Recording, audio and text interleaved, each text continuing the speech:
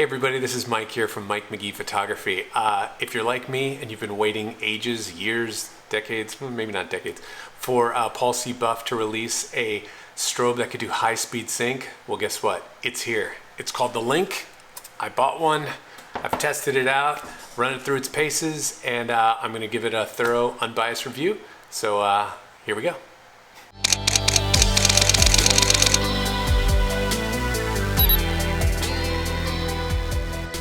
Okay, it is here. The Link from Paul C. Buff is finally here. 3 magical words I've been waiting to say. High speed sync in a Paul C. Buff strobe. Oh my God, I've been waiting for this forever. If you're like me, you might have had an Einstein and you've read online that if you put it on full power and do some little workarounds and stuff, you could get high speed sync. I never got that to work. It was never native. It was never just flawless. But now we have high speed sync in a Paul C. Buff strobe.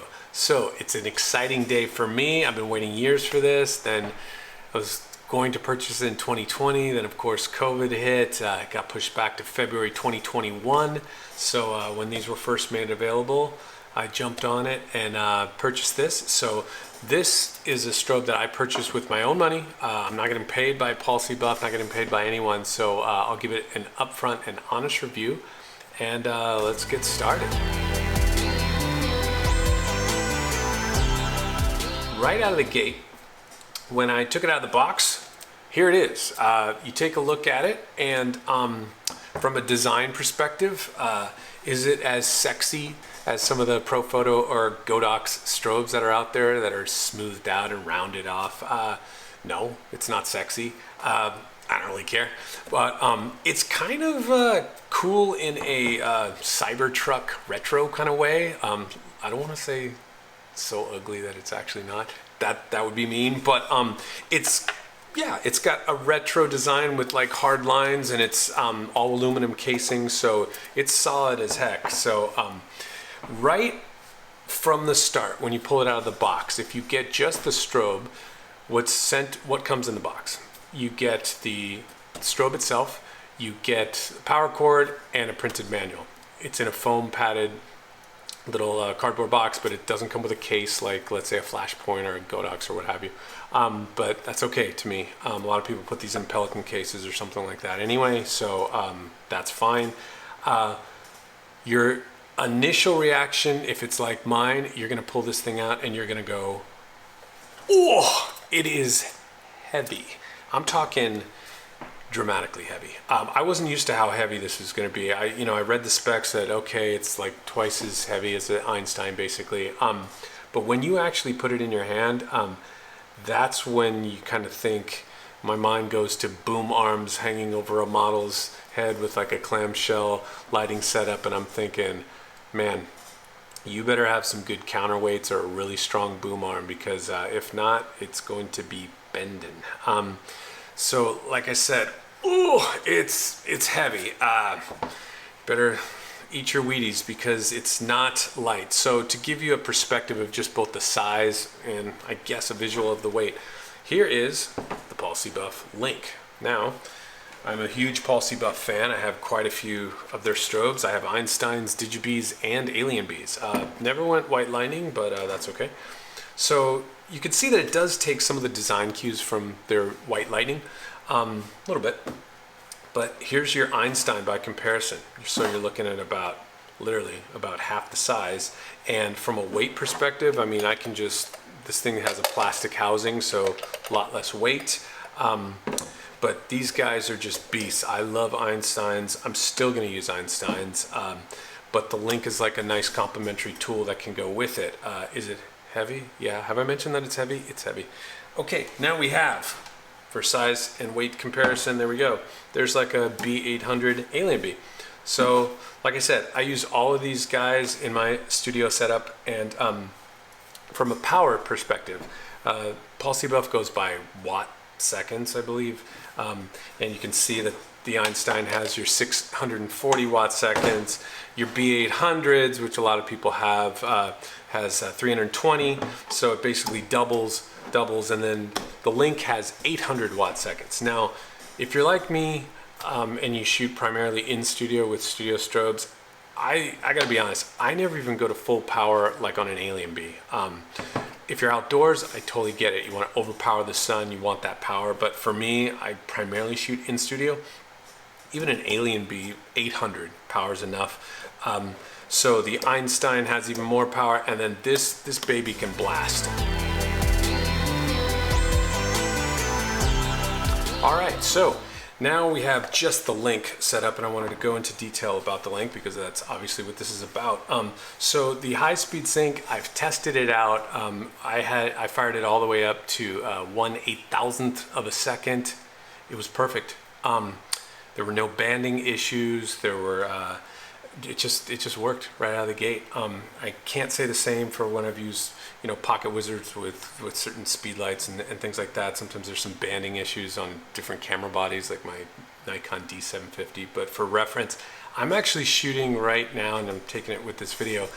I have a fairly new Nikon Z6 II that it's their newest camera body, and what I really liked about it was that it worked right out of the gate with the new hub, the hub remote that comes with the kit. Okay, so here we go. We have the link. This is the main brain, so to speak, of the system, and then if you get the strobe by itself, you get the link, a power cord, and a manual. That's it for the strobe. Now if you buy the kit through Paul C. Buff, you get the strobe, you get a battery, you get the battery charger that can accommodate 1 or 2 batteries, and you can charge them at the same time. It's actually well built. It's got a nice little non-stick skid plate on the bottom or what have you. But then here's the key, is the hub. Now this is not just for the link, but it's essentially like a cyber commander on steroids. Let's go into the controls of the link. Now, if you look on the back, you will see that the link has essentially a power button, test fire button, and it's got this rotary dial. Now this rotary dial, basically, it's a simplified version of everything. So you can push it in to actually hit like enter, and then you can turn it up, turn it down to sort of like do your scales for if you want lower power, higher power, that sort of thing. Now if you want to go through the menu system, that means you got to push and hold, wait 2 seconds, a second or so, and then toggle through the different steps. I'm going to be perfectly honest, I don't like this system. I'm a fan of dedicated buttons, like for example on the Einstein, you have your function button, you have an arrow up and down, so when you want to do higher power, lower power, you just fire it up and you just hit that arrow, and you can just press and hold it, and it would just quickly go whoop, and then you go down and you just whoop. It's very simple. This guy, not a fan. When you want to lower the power, you're just turning. It's almost like, I wish maybe they can do this with a firmware update, almost like scrolling on a mouse. I wish that after you did like 2 or 3 scrolls, it would just go faster. It would have some inertia or something built into it, but it doesn't.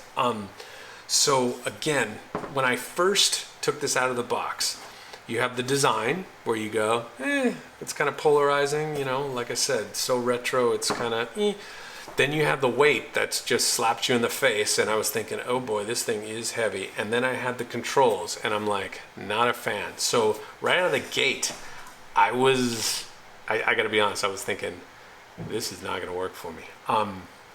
That said, redemption time. How does the battery work? Well, again, you don't need the Vagabond Mini anymore with an Einstein and a cord and a hook and a thing trying to stay on the stand. You just guide it into the thing, click it in there, and now, God, this is heavy. Have I mentioned it's heavy? It's heavy. Anyway, so this is what the link looks like when the battery pack is now fully inserted, and now that I have the battery pack, I can actually turn it on. Turn that on, and you will see a battery indicator on the left-hand side or the right-hand side here, and this allows you to kind of see what I was talking about before with the dial. Now, again, if you wanted to, I'm going to turn this like all the way down. Now, if you wanted to turn this up to full power, I'm gonna, like, again, on an Einstein, you just push and hold up, and it's just gonna essentially, boop, go up. This guy, still going. There we go, okay. That is going to get seriously annoying, unless there's some workaround, I don't know. So that's why I'm just gonna use the app. That's just kind of ridiculous to me. But it is pretty amazing that we now have the battery option that's built right into the device. So I'm really happy about that, and pretty excited that PulseBuff is going in this whole direction of high-speed sync and battery options. This hub that is the new sort of cyber commander on steroids is absolutely fantastic because it also works with the app. I can't tout the app enough because what it allows you to do is once you pair the hub remote with the link, now they're paired, so you can fire up the free app that you can get through the iOS or Google Play Store for Android, and once you have that, you can see the link system right on your phone. So what that means is that if you need to scale up power, scale down power, you're just sliding it up and down like a slider. That almost makes this irrelevant. Obviously you don't want to have to be required to use your phone, and maybe I'll even get used to this and I'm being overly sensitive, but I gotta say, the app is where the magic is going to take place. I'm just going to be sliding that app, and especially if you have multiple strobes. The app can also control your Einsteins, your AlienBees, and I think your white lightnings. I don't have a white lightning, test that out, but that is extremely impressive. So right after sort of some of the initial negatives of the link, I came around to thinking, okay, this hub remote that comes with this is fantastic. Now, this is the Nikon version. It's black and yellow.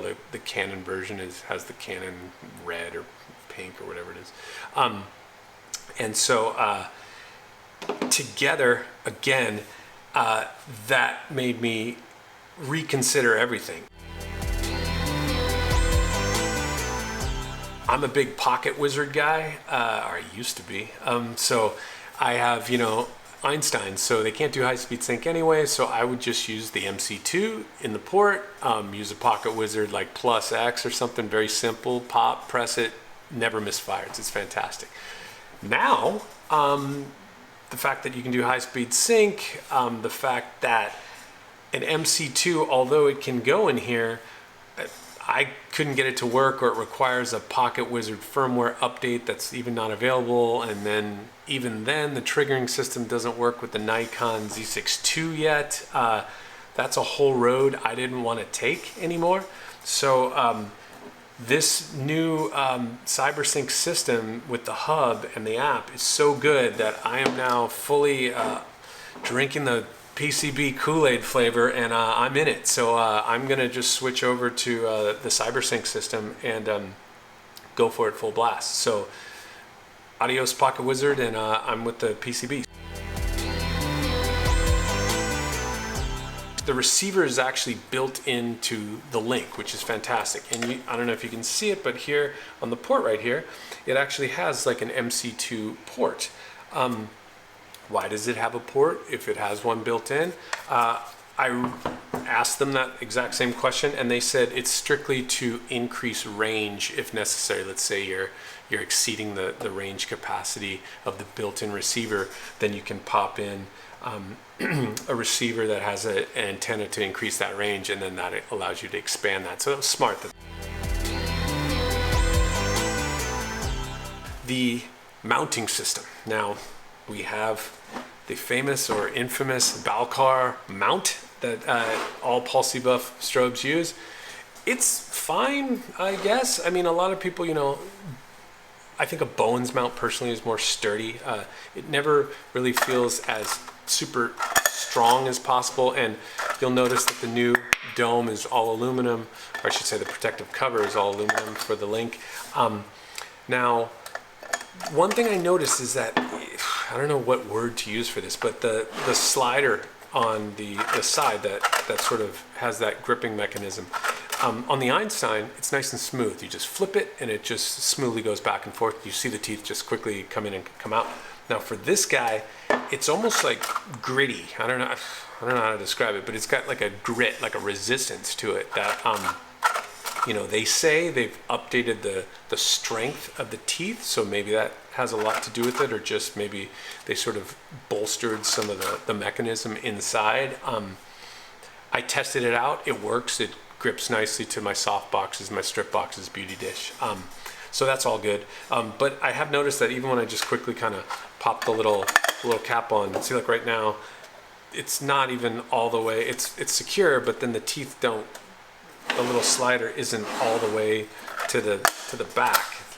I don't know, it just kind of feels a little bit like it doesn't lock, so to speak, but I'm sure it does, and it could be just an issue with like the lip of the protective cover or something like that. More importantly, it's not a big deal.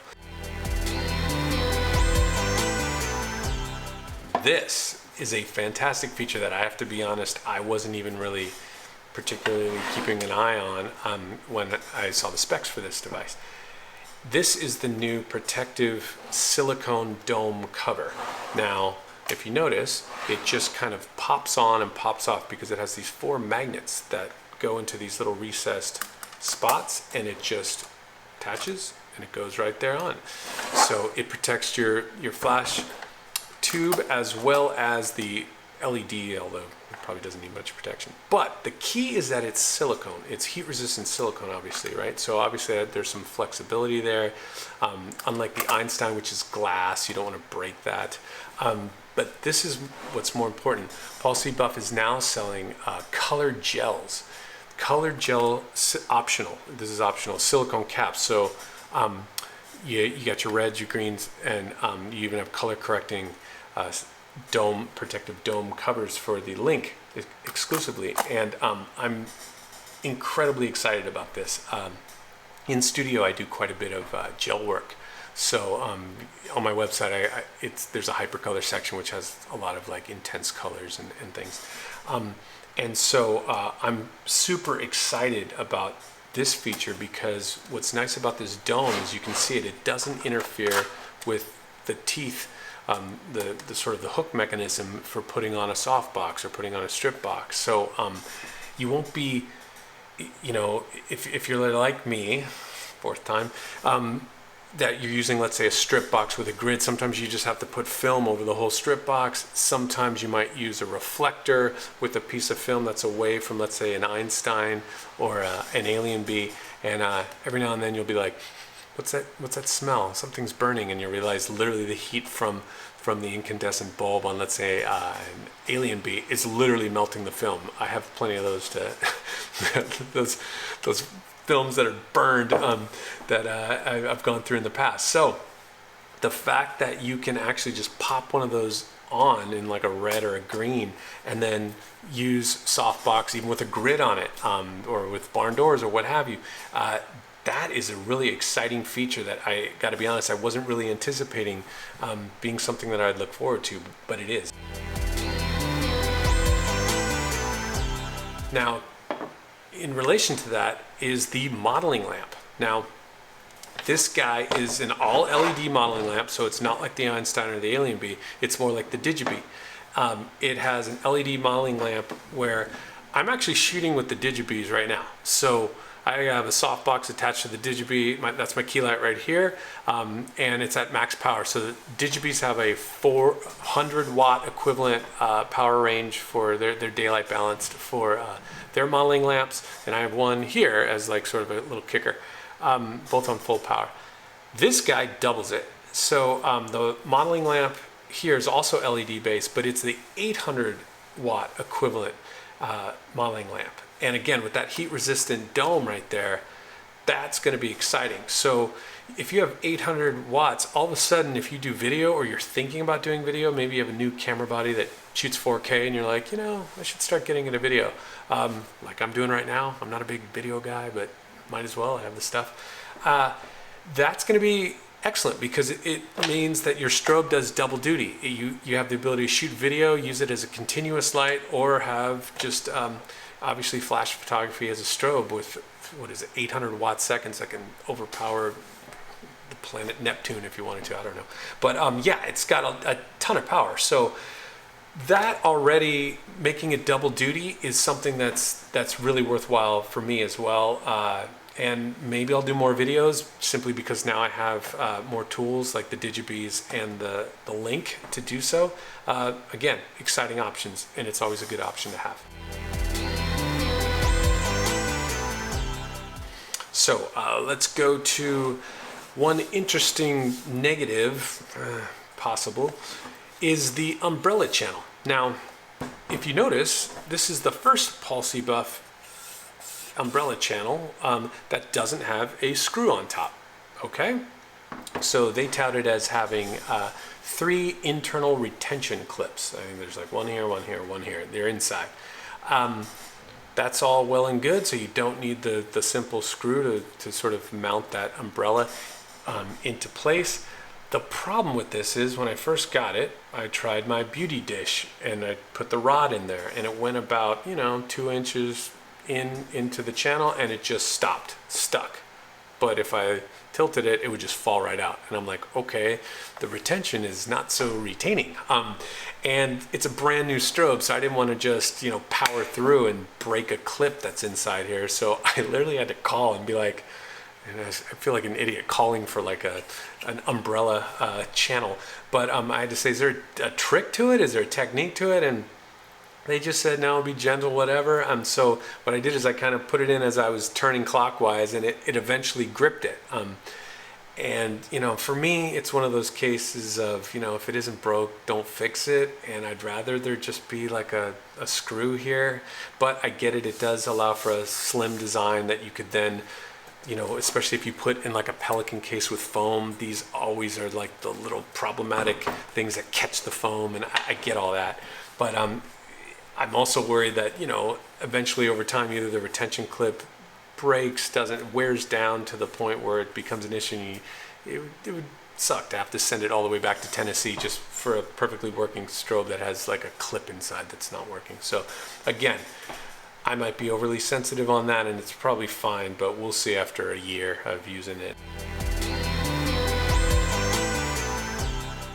There is a little bit of an oddity of the fan. Now, when I've plugged this in before and I've plugged it in, I fire away, I use it, it's great, and then I turn it off. But when I turn it off, the display goes dark and the fan is still going. You can hear it, it's audible. Now, I've had cars that do that where you drive it a little too far, or you drive it a little too hard and then the engine's a little bit high in the temperature, so the fan goes off even when you turn off the engine.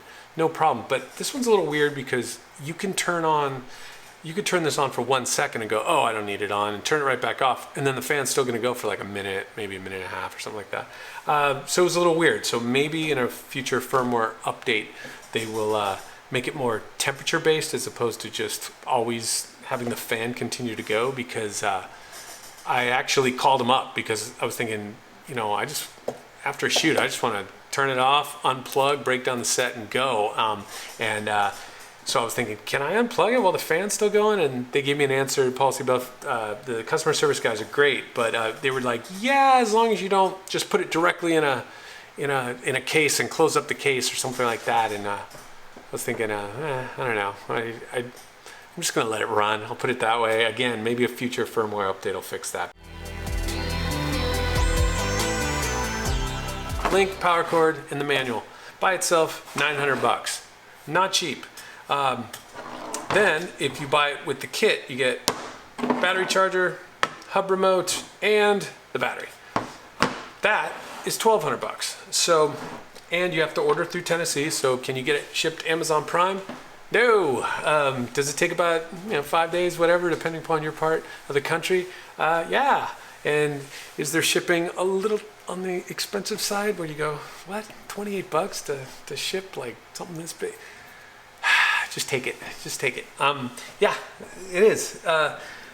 But that being said, you may think to yourself, why would I want to invest 900 bucks when I could get like a Godox strobe that does high-speed sync, has battery option, has AC power option, it's cheaper, design might even be sexier. Those are options. I'm not trying to sway anybody one way or the other. In fact, I had a Flashpoint strobe as well. It did high-speed sync. It worked. Color consistency was a little bit shaky through the entire power range.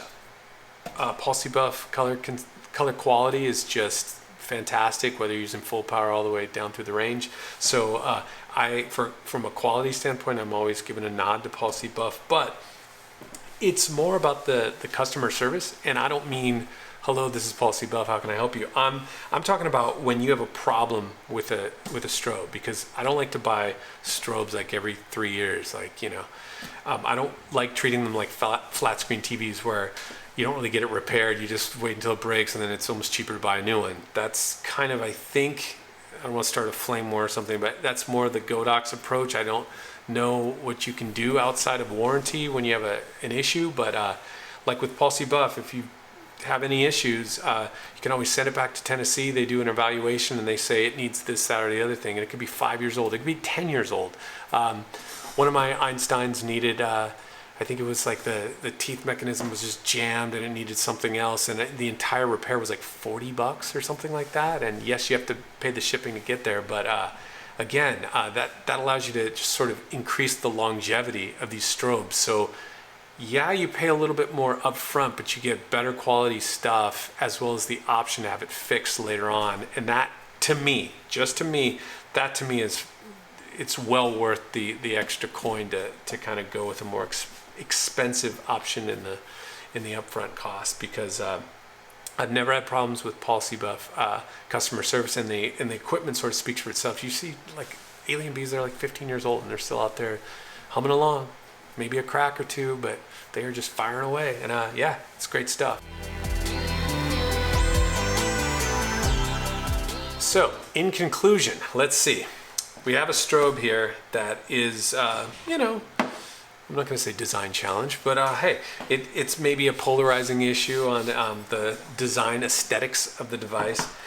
Some of the cons that it has is, I'll be upfront, again, you got to get back to that weight. It is heavy. And also the rotary dial system, I'm not a fan of. Maybe you are. I really don't like the way you actually use the interface directly on the strobe itself. That said, besides the weight, maybe the cost, you could say, is it cost prohibitive for you? Possibly. Beside those cons, we're talking some pros. High-speed sync. You had me at high-speed sync. High-speed sync, battery-powered option, which is nice. You don't need it if you're not going to use it. Don't have to buy the extra battery pack. Yeah, battery pack. The diffusion domes that allow for colored gels. That might be a little sleeper in there as a benefit. And then you have the modeling lamp that has such power that it can double as a continuous light for video if you're shooting video. Those three things that allow you to have the mobility of the battery as well as the double duty of the video with the modeling lamp. And again, did I mention high-speed sync? Yeah, that made me go from, this is honestly speaking, within the first 5 minutes of taking it out of the box, I thought I've made a horrible mistake. And so within that 5 minutes, I was like already thinking, oh man, where's the nearest FedEx I gotta go to drop this thing off? I did a 180 after the app. I didn't mention the pro of the app. The app in conjunction with the hub remote, in conjunction with high-speed sync, TTL coming soon, battery pack. Not only did I not return it, I ordered a second one. So I'm gonna have two of these guys. I ordered the colored gels too. I'll be happy to do a video on those if anybody would like. Not a big YouTuber, so if you like this video, if it was helpful in any way, please feel free to hit like. If you have any questions, you can always ask in the comments below. I'll do my best to answer them. And yeah, hope it was enjoyable and hope you got some benefit out of this video. Thanks.